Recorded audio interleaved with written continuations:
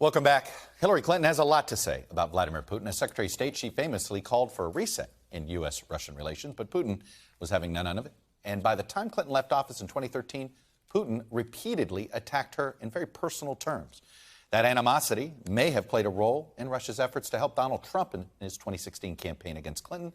Perhaps he feared she'd have a much tougher policy against him. Hillary Clinton joins me now. Madam Secretary, welcome back to Meet the Press. Thanks very much, Chuck. Good to be with you. I want to pick up on, I know you were listening to the interview with Masha Gessen. I want to pick up on Masha's last point there, which seemed to imply that no matter when we've confronted Putin, and I could go back really all the way to when he came into power, it seems as if we've always come up a bit short. We've drawn a line not quite as far as others would like to draw. Whether it was, you've made points of this about Syria.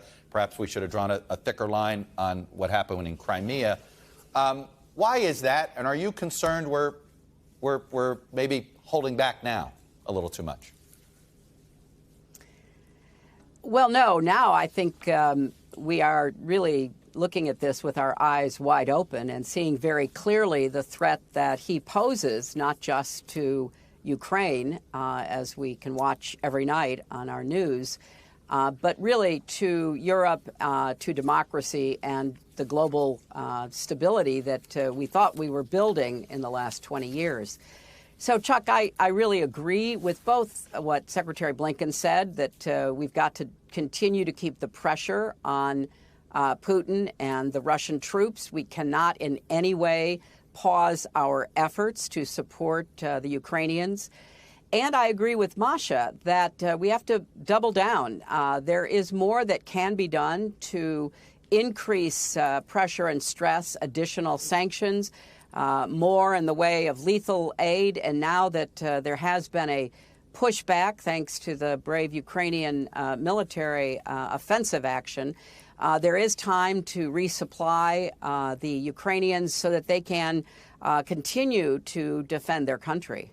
You heard Secretary Blinken essentially say, look, sanctions relief could happen. It all depends on the behavior of Russia.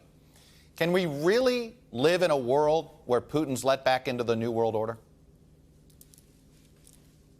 Well, that's not what I heard him say. What I heard him say was that really we are going to support the Ukrainians, the people and the government of Ukraine, as they try to figure out what for them is the best way forward. And that, I think, is exactly the right position for the United States, Europe and the West and other countries to take. Your second part of that question, though, is a really important one. I would not allow Russia back into the organizations that it has been a part of. I think there's an upcoming G20 event later in the year. I would not permit Russia to attend. And if they insisted on literally showing up, I would hope there would be a significant, if not total, boycott. The only way that we're going to end the bloodshed and the terror that we're seeing unleashed in Ukraine and protect Europe and democracy is to do everything we can to impose even greater costs on Putin. There are more banks that can be sanctioned and taken out of the so-called SWIFT relationship. There is an increasing call for doing more on gas and oil. Now, obviously, some of our strongest allies in Europe are desperately trying to get out from under their dependence upon Russian energy. We need to expedite, and I know the administration has been doing that, looking at more deliveries of liquefied natural gas, for instance. So I think now is the time to double down on the pressure. And I agree completely with Masha. Let's not fantasize about what comes next in Russia. Let's focus on what we're doing right now to help protect and defend the Ukrainian people's right to be a free, democratic nation and protect their sovereignty. Let me talk about the energy and gas front a minute here. One of the easiest ways, perhaps, to relieve some of the pressure on, look, it's not just this country that's experiencing rising energy prices. It's all of Europe. It's really a lot of the world.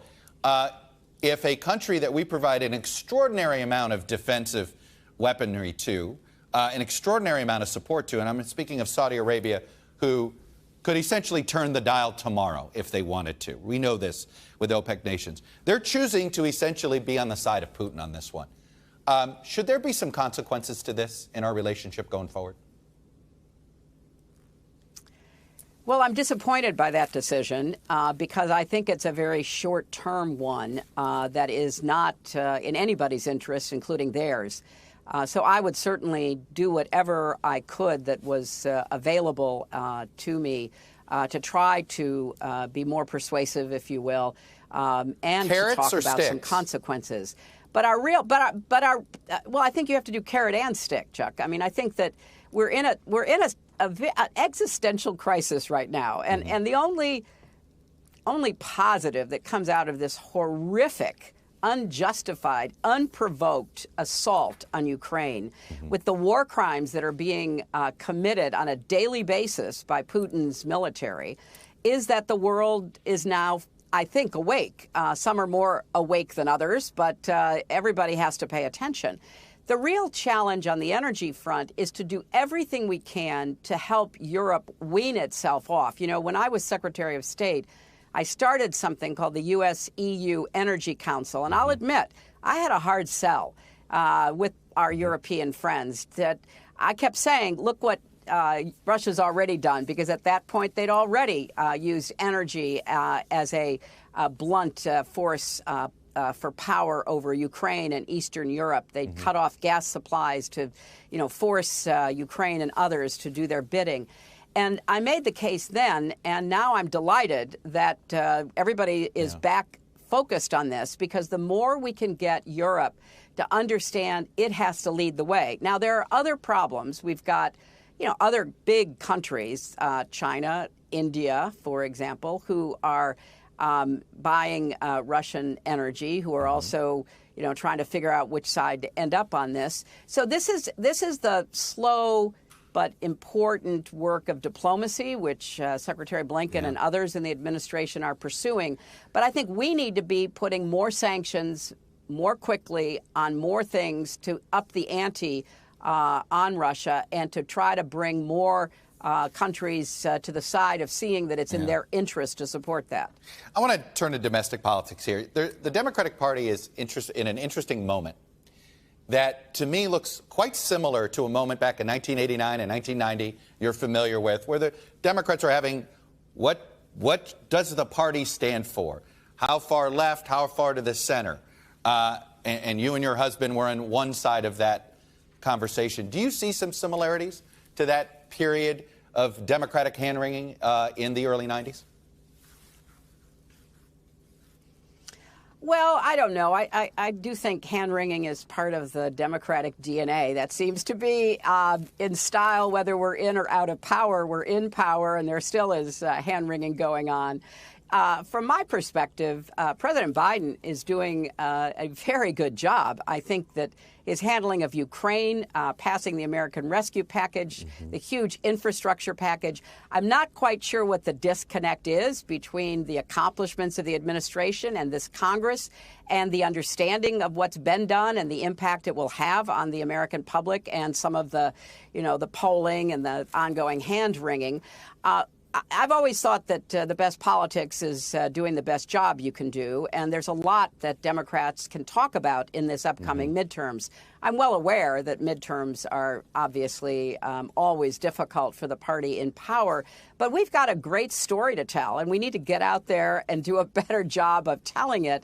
And for those who, say it hasn't gone far enough, that's always the chorus in Democratic Party politics. But I would add that in Republican Party politics, you have an even, greater disconnect. Unfortunately, most of that party has now gone to the extreme and are saying and doing things that have no basis in reality. So we've got a good case to make if we get our focus in the right place. Curious, and do it. Do you think it's a lot of speculation is that this trouble for President Biden politically started with the chaotic withdrawal in Afghanistan? Do you buy that?